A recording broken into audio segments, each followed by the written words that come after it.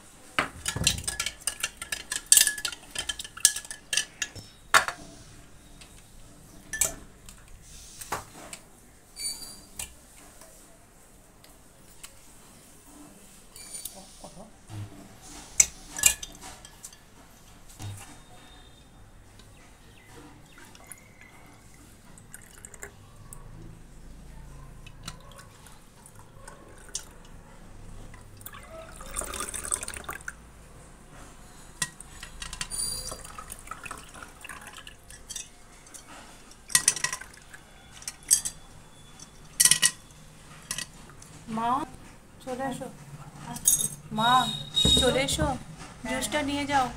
আসছে,